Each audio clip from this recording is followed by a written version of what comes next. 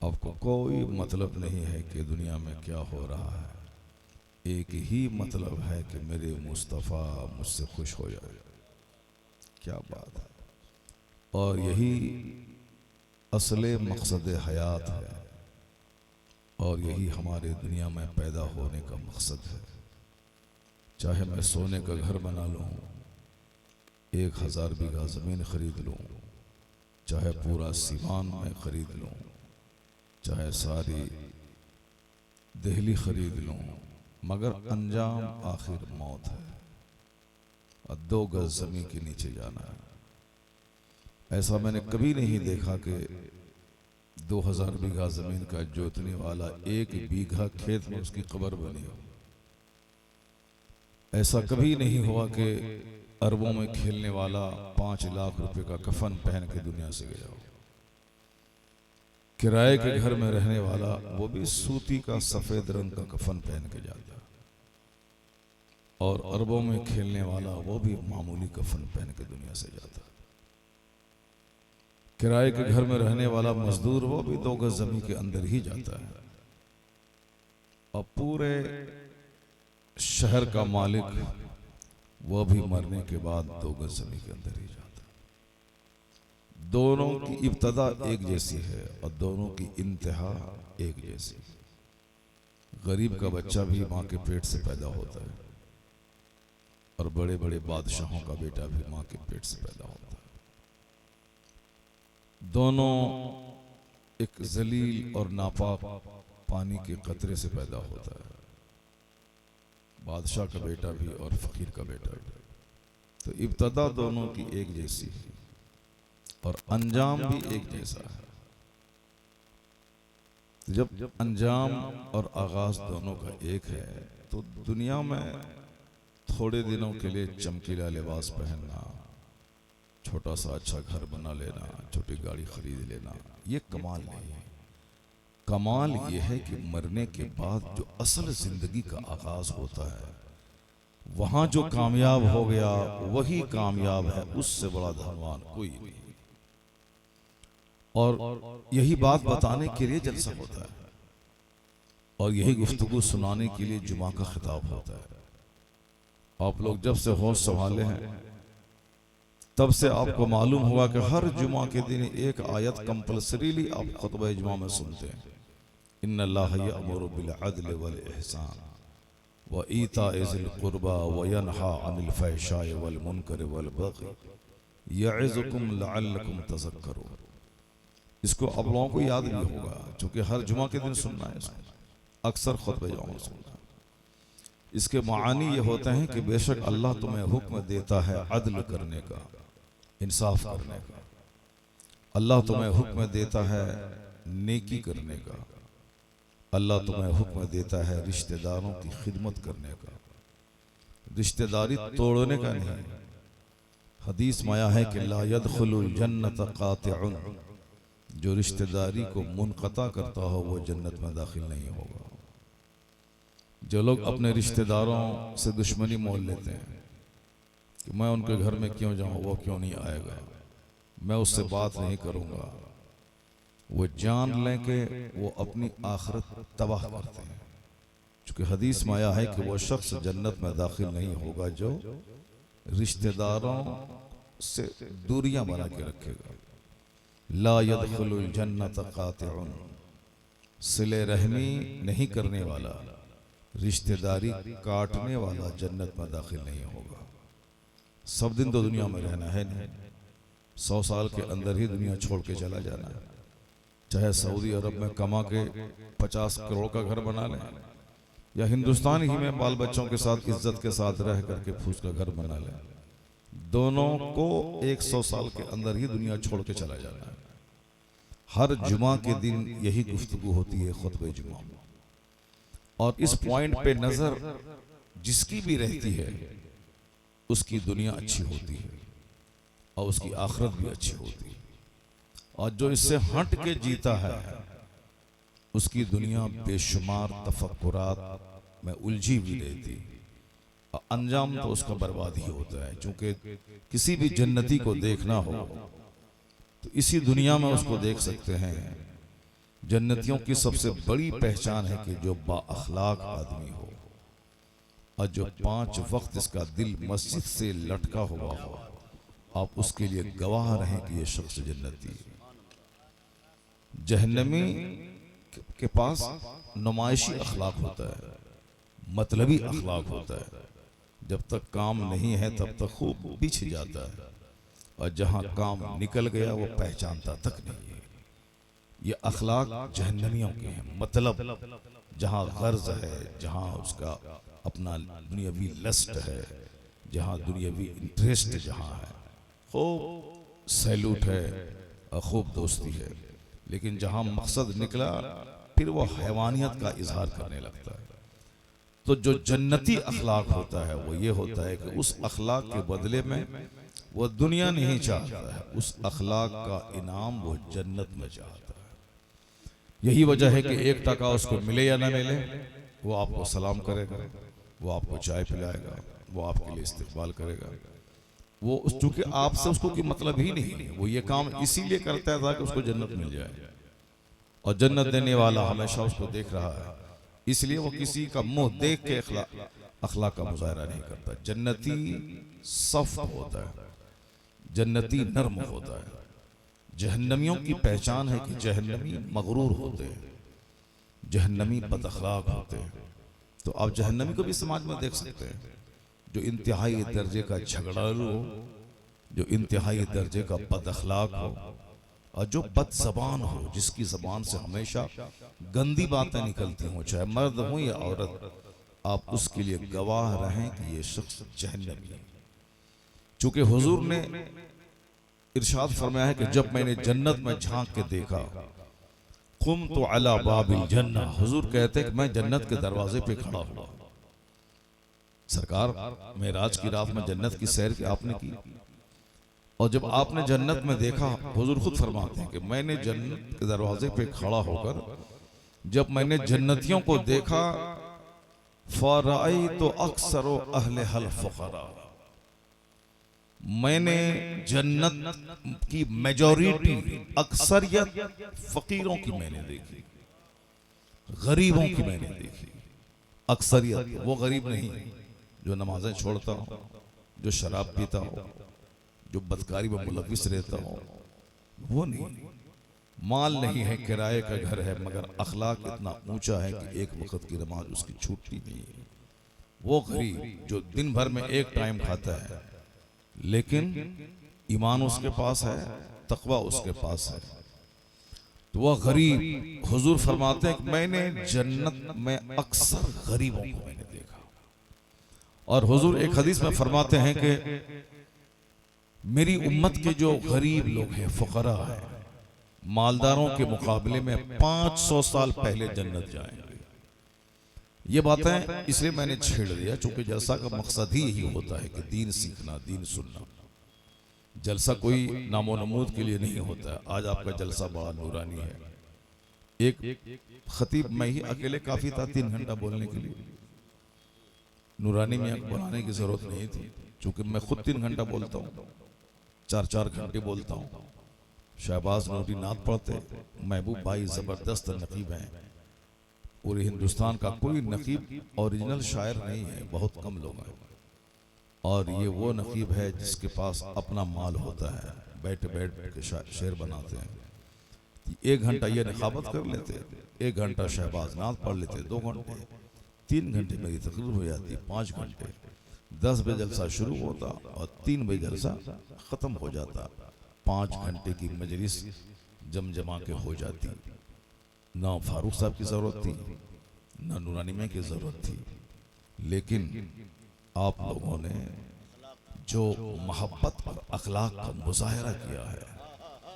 काम शहरियार से अकेले हो सकता है, लेकिन मेरी आने वाली नस्ल अपनी खुशनसीबी पे नाज करेगी कि मेरे गांव में नूरानी मियां तशरीफ लाए, मेरे गांव में सुन्नी जबरदस्त फला आलिम तशरीफ लाए, महबूब गौहरा है, शहबाज नूरी आए, शहरियार रजा कादरी आए, फारूक खान रजवी आए।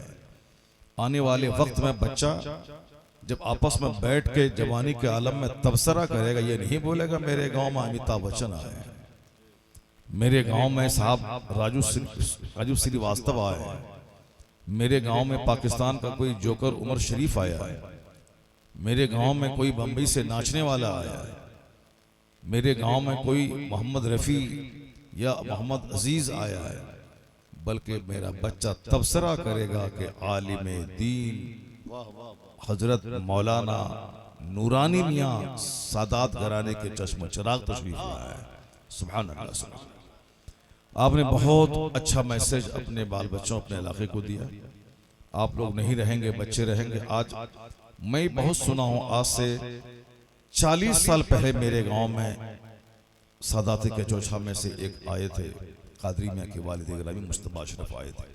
मेरी माँ, मेरे बाप सब उनसे मुरीद हैं। अगरचे मैं बरेली शरीफ से वाबस्ता हूँ, मेरे वालिदैन भी सारी ज़िंदगी अपने आप को बरेलवी और आला हज़रत के खिदमतमंद ही कहलाए, लेकिन बैअत वहाँ से थी और ये दोनों खानकाहों में बहुत मोहब्बत के रिश्ते हैं।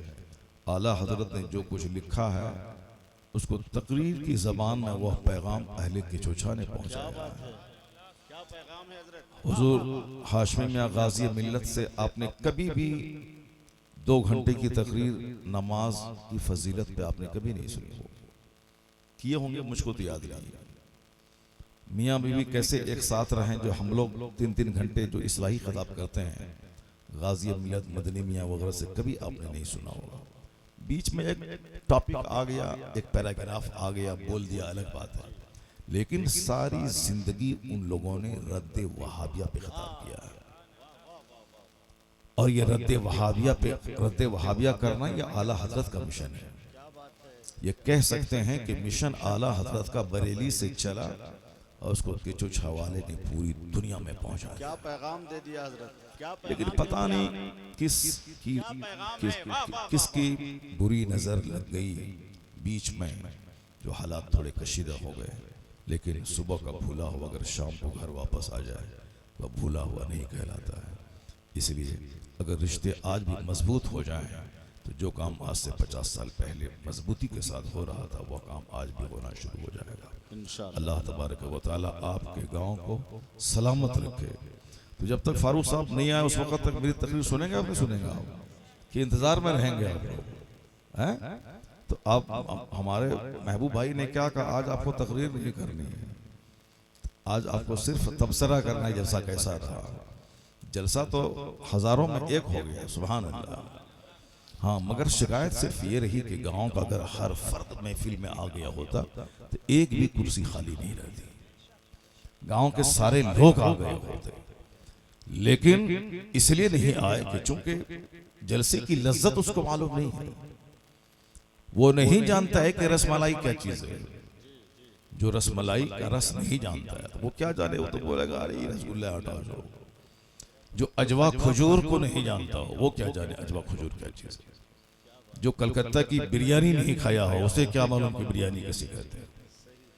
जो साहब बेंगलोर के मुजफ्फर नामी वो मीठी चीज नहीं खाया हो उसे क्या मालूम कि साहब ये खोवादार ये मुजफ्फर कैसा होता है।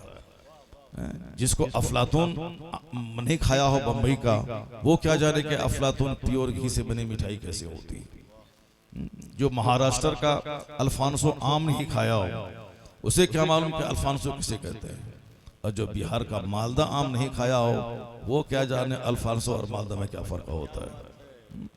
तो इसलिए जो जलसे की लज्जत नहीं जानता हो कि यहाँ आने से मिलता क्या है, यहाँ बैठने से क्या मिलता है, यहाँ आलिमों की ज़बानी सुनने से क्या मिलता है, अगर उसे पता चल जाए तो वह सर के बल इस महफिल में आएगा।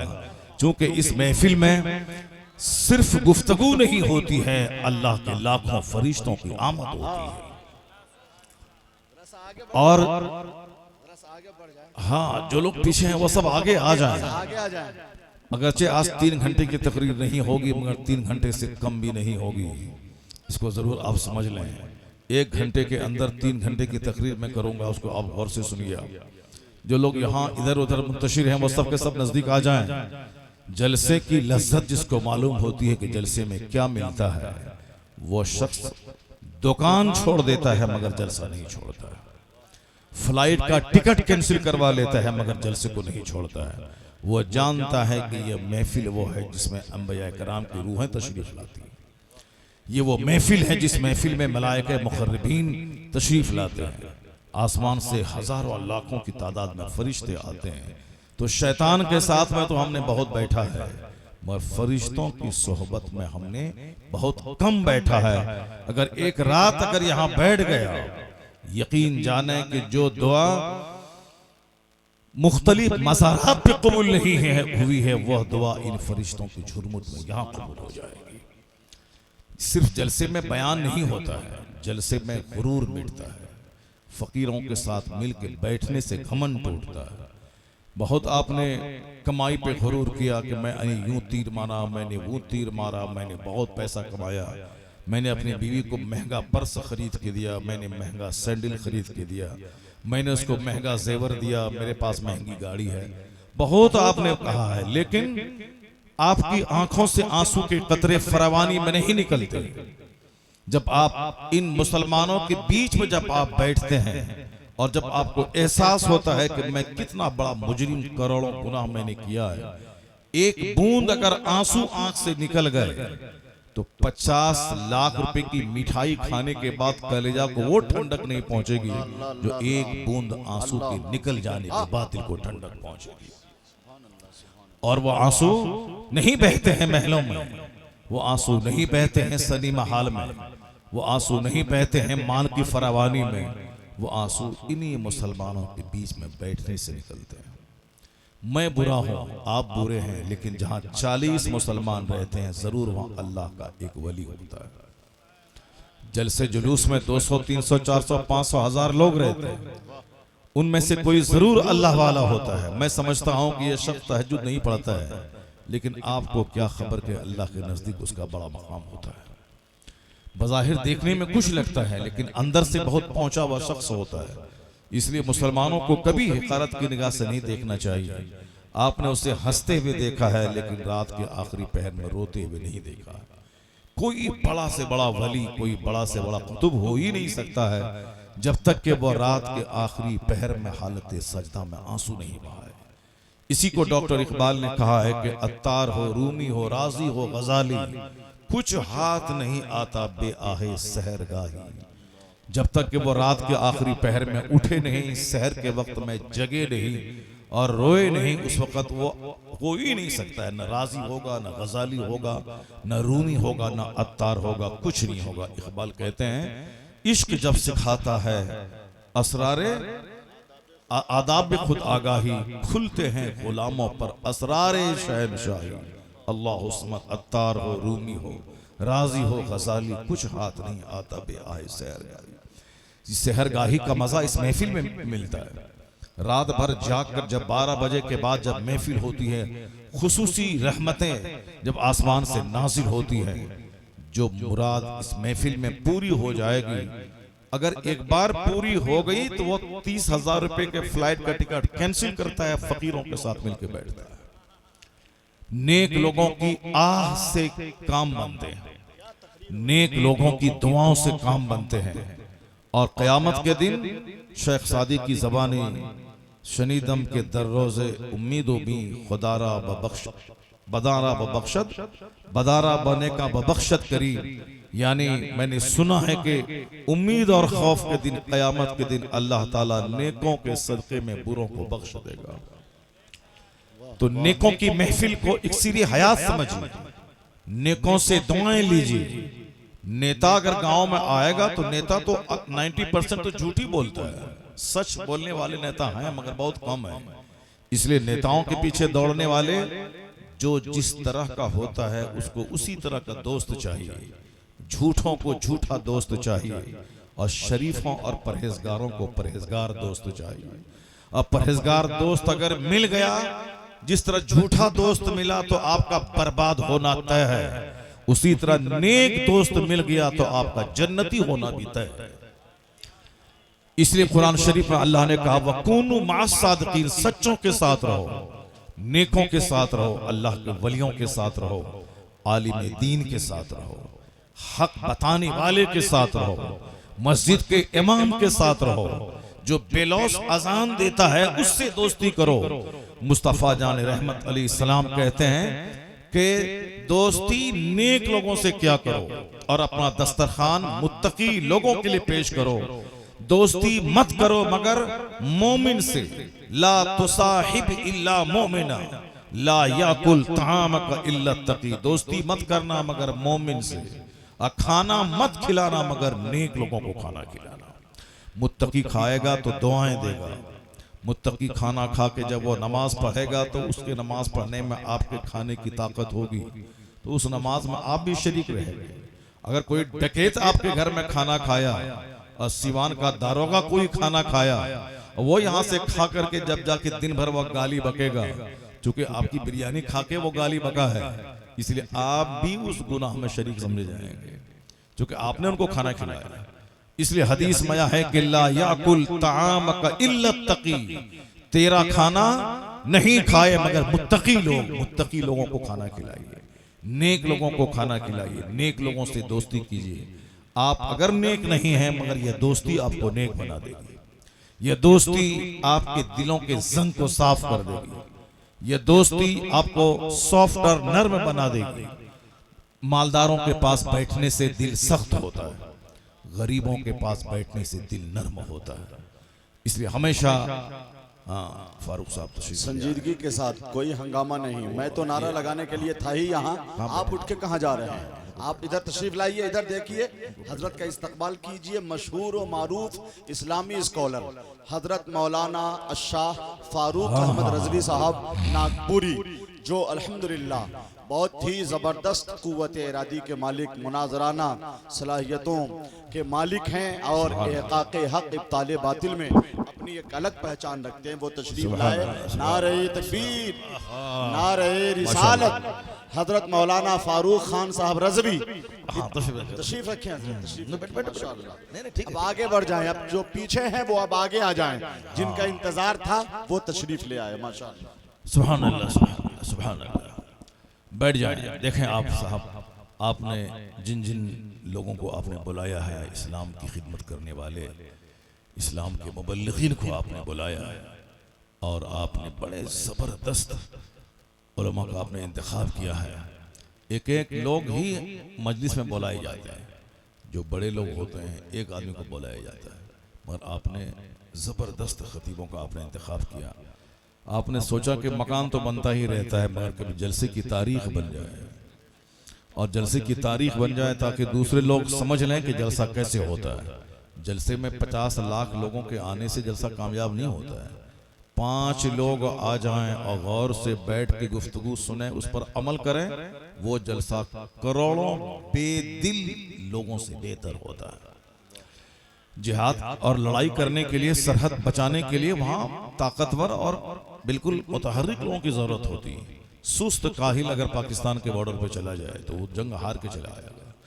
अगर 1 लाख की भीड़ लग जाए तो सारे लोग मार खा के आ जाएंगे, मगर 10 लोग रहें बिल्कुल जबरदस्त बोल्ड रहें तो यह 10-10 लाख पे भारी हो जाता है। आज का जलसा आपका बड़ा जबरदस्त है, और आपने खूबसूरत नात सुनी है, खूबसूरत तकरीर आपने सुनी है। इस फकीर की गुफ्तगू थोड़ी देर सुने और उसके बाद फिर आप हमारे इंजीनियर साहब की तकरीर आप सुनेंगे, और ज़बरदस्त गुफ्तगू आप सुनेंगे, ताकि सिवान का ये गांव क़यामत तक के लिए गवाह होगा कि जलसा सब कराते हैं मगर तारीखी जलसा तो इस गांव के लोग कराते हैं। सुभान अल्लाह, सुभान अल्लाह। क्या महबूब भाई, माशाअल्लाह, एक हिस्टोरिकल ऐतिहासिक जलसा आपने करवाया है। अल्लाह ताला आप सबों को उसका बेहतरीन बदला अता फरमाए। मैं कह रहा था कि गरीबों से दोस्ती करें, नेक लोगों से दोस्ती करें, नेक लोगों के पास आके चुपके से बैठ जाएं, क्योंकि जलसा जुलूस में सारे अरबपति नहीं आते हैं महबूब भाई। जलसे में अक्सर 75% गरीब लोग रहते हैं, औसत दर्जे के लोग, चाहे कलकत्ता हो या मुंबई हो, कहीं भी रहे। एक सेठ साहब बैठे रहते हैं, एक आध लोग कोई इंजीनियर डॉक्टर हो तो रहते हैं, बाकी जनरल लोग औसत दर्जे के रहते हैं।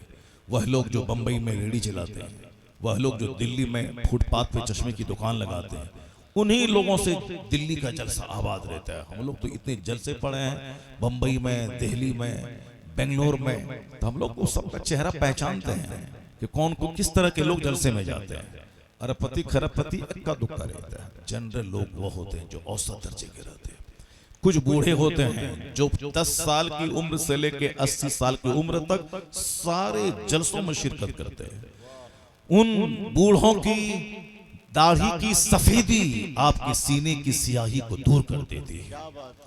उनके साथ बैठ के देखें और कभी भी दौलत की हवस दिमाग में मत पालें। मैंने कहीं की हदीस में नहीं पढ़ी है कि दौलत की फजीलत पे कोई बहुत बड़ा चर्चा हुआ हो। दौलत अच्छी चीज है मगर उसके साथ शर्त है कि अगर तकवा हो और हलाल दौलत हो तब उसकी फजीलत है। हुजूर ने एक बार कहा कि तबाह बर्बाद हो गए दौलतमंद, तबाह बर्बाद हो गए दौलतमंद, तबाह बर्बाद हो गए दौलतमंद। जिस दौलत की हवस मुझको वतन से बेवतन करती है, जिस दौलत की हवस हराम और हलाल की तमीज खोने पे मजबूर करती है, जिस दौलत की हवस मुझे मस्जिदों से दूर करती है, आज वही उसी दौलत की मजम्मत करते हुए मुस्तफा ने फरमाया है ला तत्तखिजू ज़ैआ फतरगबू फीहा। हुजूर कहते हैं दुनियावी मालो असबाब की खरीदारी के पीछे मत पड़ो वरना उसकी तरफ माइल हो जाओगे। मैंने जमीन के खरीदारों का बुरा हाल मैंने देखा है। ये प्लॉट भी खरीद लें, वो प्लॉट भी खरीद लें, वो प्लॉट भी खरीद लें, यहाँ खरीद लें, उसके बाद सारा प्लॉट छोड़ के बुरी मौत मर के चले जाए। क्या हुआ? 50 प्लॉट तुमने खरीदा सीवान में और तुमको उस प्लॉट से क्या मिला?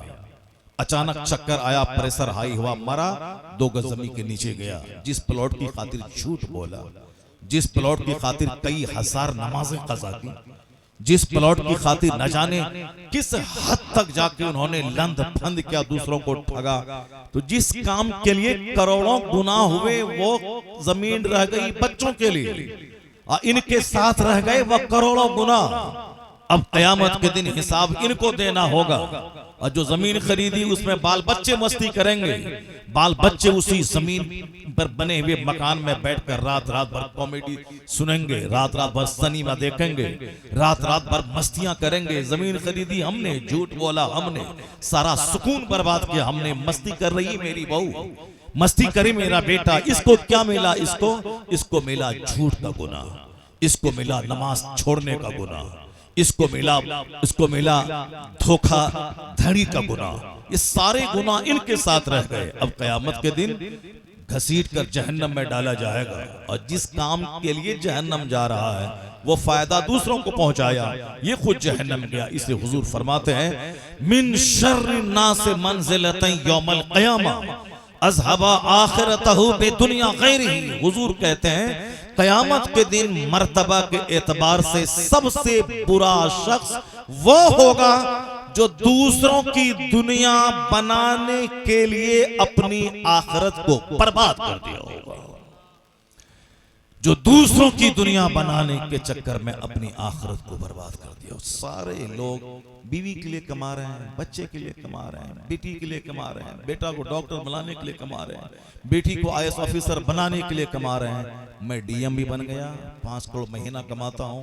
62 साल के बाद मैं रिटायर करके 25 साल मौत के इंतजार में 1 दर्जन बीमारी को झेलता हूँ। उसके बाद मर गया, 2 गज जमीन में गया। अब कहाँ गया? जहां का एक दिन 50,000 साल के बराबर होगा, जहां का एक दिन 50,000 साल के बराबर होगा। चूंकि आज आखिरत का चर्चा ही नहीं है, इसीलिए अक्सर लोग दुनिया के हरीस हो गए। DM बनना, डॉक्टर बनना, SP बनना, IPS बनना, UPSC कंप्लीट करना, इंजीनियर बनना, एक जुनून छाया हुआ है। कोई बाप ये नहीं कहता कि मेरा बेटा नमाजी बन जाए, मेरा बेटा जन्नती बन जाए, IAS भी बने, नमाजी भी बने, मास्टर भी बने, नमाजी बने। कोई नहीं चाहता, कोई बाप नहीं चाहता। सबके दिमाग में एक ही जुनून है कि मेरा बेटा IAS ऑफिसर बन जाए, चाहे मरने के बाद वो जहन्नम में जाए, खरबों साल तक जहन्नम में जलता रहे। IAS बनने के जुनून में वो मुसलमानों को जलील समझे, काफिरों के मजहब को कबूल कर ले, काफिरों की बेटी से प्यार करके उसी के साथ हो जाए, आलिमों को, मस्जिदों को, मदरसों को, खानकाहों को, दाढ़ी वालों को, मदरसे में पढ़ाने वालों को हकीर, जलील, गरीब समझे और काफिर काफिरों का तलवा चाटे, जहन्नमी हो जाए, वो सब गवारा है मगर वह मास्टर टीचर दारोगा हो जाए। अक्लमंदी का तकाजा यही है। अगर नजर आखिरत पे रही कि वहां का एक दिन 50,000 साल के बराबर होगा, उसके मुकाबले में दुनिया का 100 साल 1 सेकंड है। अक्लमंद बाप है वो जो कहे कि मेरा बेटा दुनियावी कामयाबी मिले ना मिले, अगर ये जन्नती बन गया, ये सबसे बड़ा कामयाब है, सबसे बड़ा धनवान है। अगर बाप फोकस आखिरत पे करे, आखिरत तो मिल ही जाएगी, उसके सदके में दुनिया भी मिल जाएगी। बहुत सारे लोग हैं जिनकी एक वक्त की तहज्जुद की नमाज एक रात की कज़ा नहीं होती। वो IAS ऑफिसर है, वो इंजीनियर हैं, वो डॉक्टर हैं। हमारे पूर्णिया में एक MBBS डॉक्टर हैं जिन्होंने अलीगढ़ से हाई नंबर में कामयाबी हासिल की है, मगर उसको देखने के बाद लगा कोई मौलाना है, वो काफिया तक पढ़ाई की है मदरसे में, उसके बाद चले गए स्कूल, और अभी वो डॉक्टर बनने के बाद बिल्कुल हद्दे शरह तक बड़ी दाढ़ी के साथ हमारे पूर्णिया का सबसे बड़ा सर्जन है, वो सर्जरी करता है। और साहब इतनी भीड़ रहती है कि साहब ख्वाजा नदीम ख्वाजा नदीम ख्वाजा नदीम के नाम से पूरा पूर्णिया जगमगा रहा है, मगर देखने में लगता है मौलाना साहब। और जो मदरसे का पढ़ा हुआ बच्चा है जिसको आखिरत पे नजर नहीं रही, वो जैसे ही अशरफिया से फारिग होने के बाद मिल लिया गया, दाढ़ी भी छटा लिया, और साहब वो काफिराना लिबास पहन के नमाजें छोड़ के, चूंकि अब वो मदरसे में रहने के बाद आजाद माहौल में आ गया। लेकिन वो जाने कि जो अलीगढ़ में 10 साल पढ़ा हो, उसकी दाढ़ी देखें, नमाजों की पाबंदी देखें, तिलावत कुरान देखें। इसलिए हर माँ बाप पे लाजिम है कि अपने बच्चों को सबसे पहले नमाजी बनाए, सबसे पहले जन्नती बनाए, उसके बाद फिर उसे कहे कि अब जन्नती बनकर तुम्हें IAS ऑफिसर बनना है, तुम्हें मास्टर बनना है, तुम्हें दारोगा बनना है। अगर ईमान सलामत है, तकवा सलामत है, फिर वह बिजनेसमैन भी बन जाए तो वह बिजनेसमैन उस दौलत का इस्तेमाल जन्नत जाने के लिए करता रहेगा। और अगर नहीं हुआ, यही इंजीनियरिंग कॉलेज में जाना उसको काफिर बना देगा। बेशुमार मुसलमानों के बच्चे काफिरों के साथ शादी कर लिए, क्योंकि उनके लिए मॉडल शहरयार नहीं है, उनके लिए मॉडल शाहरुख खान है, जिसका नाम मुसलमान जैसा है, जिसकी बीवी मुशरिका काफिरा है। इसीलिए वो बोले अरे इतना करोड़ों खरबों में खेलने वाला, ये जब इसके यहाँ आजादी फ्रीडम है, ये मौली साहब 10,000 5,000 कमाने वाला फटीचर क्लास का आदमी जो दूसरों के रहमो करम पे खाता पीता है, इसका क्या वैल्यू है? वैल्यू है उसका जो अरबों खरबों में खेलता है, उसको वो मॉडल मानता है। अगर उसको मॉडल मान लिया तो फिर याद रखिए कि उसके नजदीक मजहब कोई चीज नहीं है, बस एक झूठी मानवता और ह्यूमैनिटी के नाम पे वो साहब एक आम आजाद पेदर मादर आजाद आदमी बन जाएगा। कयामत के दिन नहीं पूछा जाएगा आपसे कि तुमने अपने बेटों को इंजीनियर और डॉक्टर बनाया कि नहीं बनाया, ये पूछा जाएगा तुमने अपने बच्चों को नमाजी बनाया या नहीं बनाया। हुजूर फरमाते हैं मुरू औलादकुम बिस्सलात वहुम अबनाओ सब'i सिनीन। मुस्तफा फरमाते अपने बच्चों को हुक्म दे नमाज का जब उसकी उम्र 7 साल के हो जाए। जब बच्चा 7 साल का हो तो आपको हुजूर ने कहा है कि अपने बच्चों को नमाज का हुक्म दो। मौलाना को नहीं बोला है कि तुम खूब घर घर जाकर के सबके बच्चों को नमाजी बनाओ। मौलाना को तबलीग इस्लाम करना है, लेकिन हर बाप पर लाजिम है कि जब उसका बेटा 7 साल का हो उसको नमाज पढ़ने के लिए कहे। और हुजूर फरमाते वद्रिबूहुम अलैहा वहुम अबनाओ अश्र सिनीन। जब तेरे बच्चे की उम्र 10 साल हो जाए नमाज ना पढ़े, उसको मार के नमाजी बना दे, मार के नमाजी बना। ये आदेश मुस्तफा देते हैं वद्रिबूहुम अलैहा, उस पर मारो अपने बच्चे को। अगर 10 साल उम्र हो जाए और नमाजी ना बने, मार के नमाजी बना। और जब नमाजी हो जाए फर्रकू बैनहुम फिल मताजी, उसका बिस्तर अलग कर दे, उसका बिस्तर अलग कर दे ताकि 10 साल के बाद वो अलग सोए, किसी अपने भाई के साथ में भी न सोए, अपनी माँ के साथ न सोए, अपनी बहन के साथ न सोए। हुजूर ने क्यों कहा 10 साल का हो तो मार के नमाजी बना, और जब नमाजी बन जाए उसका बिस्तर अलग कर दे, उसका बिस्तर अलग कर दे। ये है सिस्टम ऑफ लाइफ, ये है जीवन शैली, ये है जिंदगी गुजारने का अंदाज।